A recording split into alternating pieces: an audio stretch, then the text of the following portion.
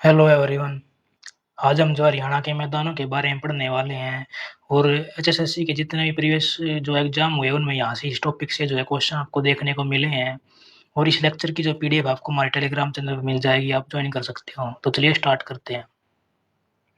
तो हरियाणा के मैदान देखो, हरियाणा सरकार के अनुसार जो है भौगोलिक जो विभाजन हुआ है हरियाणा का, वो जो है कितने भागों में हुआ है? वो 5 भागों में हुआ है। कौन-कौन से भाग वे? तो शिवालिक क्षेत्र, गिरिपाद मैदान, बांगर लहरदार में क्षेत्र, घग्गर यमुना का मैदान और अरावली। तो हरियाणा सरकार जो है इन क्षेत्रों में जो हरियाणा का विभाजन मानती है। अब एक डॉक्टर जसबीर थे, उनके अनुसार जो हरियाणा का जो भौगोलिक विभाजन है, वो जो है 8 भागों में किया गया है। कितने भागों में? 8 भागों में किया गया है। और ये जो डॉक्टर जसबीर है, इनकी एक किताब भी है an agricultural geography of Haryana, जो कि 1976 में प्रकाशन की गई थी।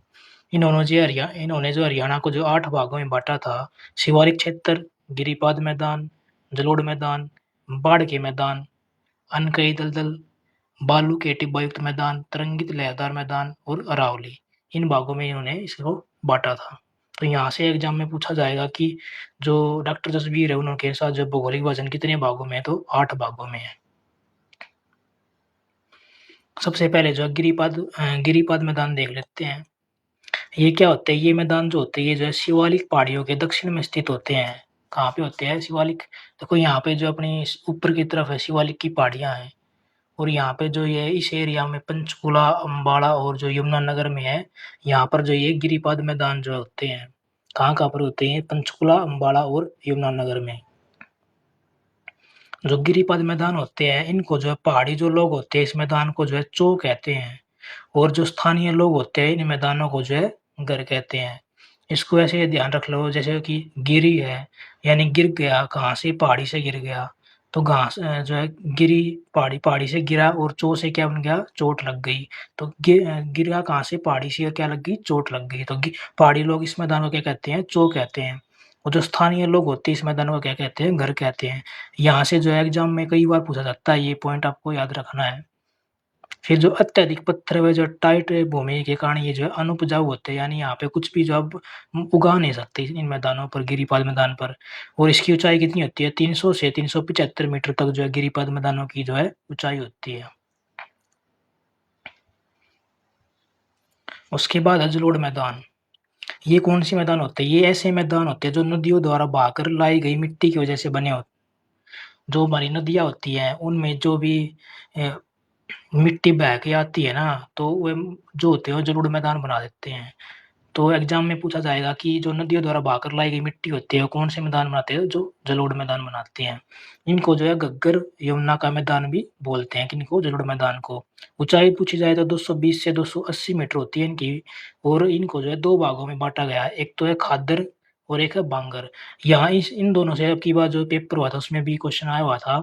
तो ये खादर कौन से होते हैं? तो ये जो है नई जलोढ़ मिट्टी होती है, इसे जो निर्मित होते हैं वो होते हैं खादर और इनको जो है निचले मैदान भी बोलते हैं।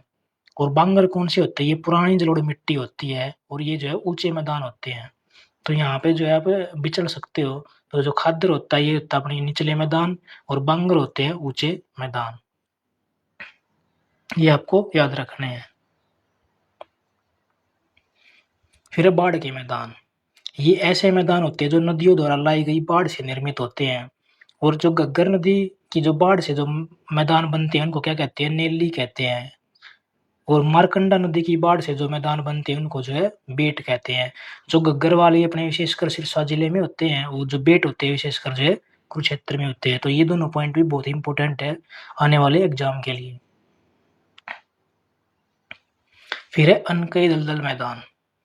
ये जो होता है ये हरियाणा का जो है सबसे कम ऊंचाई वाला क्षेत्र होता है। जो अनकई दलदल होता है ये सबसे कम ऊंचाई वाला क्षेत्र होता है और ये जो है सिरसा जिले में पाया जाता है। इसकी जो है ऊंचाई कितनी होती है? 200 मीटर से भी कम होती है और इसका निर्माण जो है घग्गर आंकड़ा नदी के जो जल से इसका जो है निर्माण होता है। फिर तरंगित लहरदार मैदान। ये कहाँ पर पाए जाते हैं? ये जो है भिवानी, महेंद्रगढ़, रेवाड़ी और हिसार में पाए जाते हैं तरंगित लहरदार मैदान। जो तोशाम की जो पहाड़ी है भिवानी में, वहाँ पर जो है हरियाणा पुलिस का वायरलेस रिपीटर एंटीना है वो जो टांगरी पहाड़ी है जो कि रेवाड़ी में है, वहाँ पर जो है हरियाणा पुलिस का वायरलेस रिपीटर एंटीना। तो ये 2 रिपीटर जो एंटीना है, ये जो है एक तो तोशाम की पहाड़ी पे है और एक है टांगरी की पहाड़ी रेवाड़ी पे है। तो ये जो ये भी एग्ज़ाम में पूछे जा सकते हैं। फिर अरावली क्षेत्र में देखते हैं तो ये जो है हरियाणा के दक्षिण और दक्षिण-पश्चिम और दक्षिण-पूर्व भाग में स्थित है ये अरावली का क्षेत्र।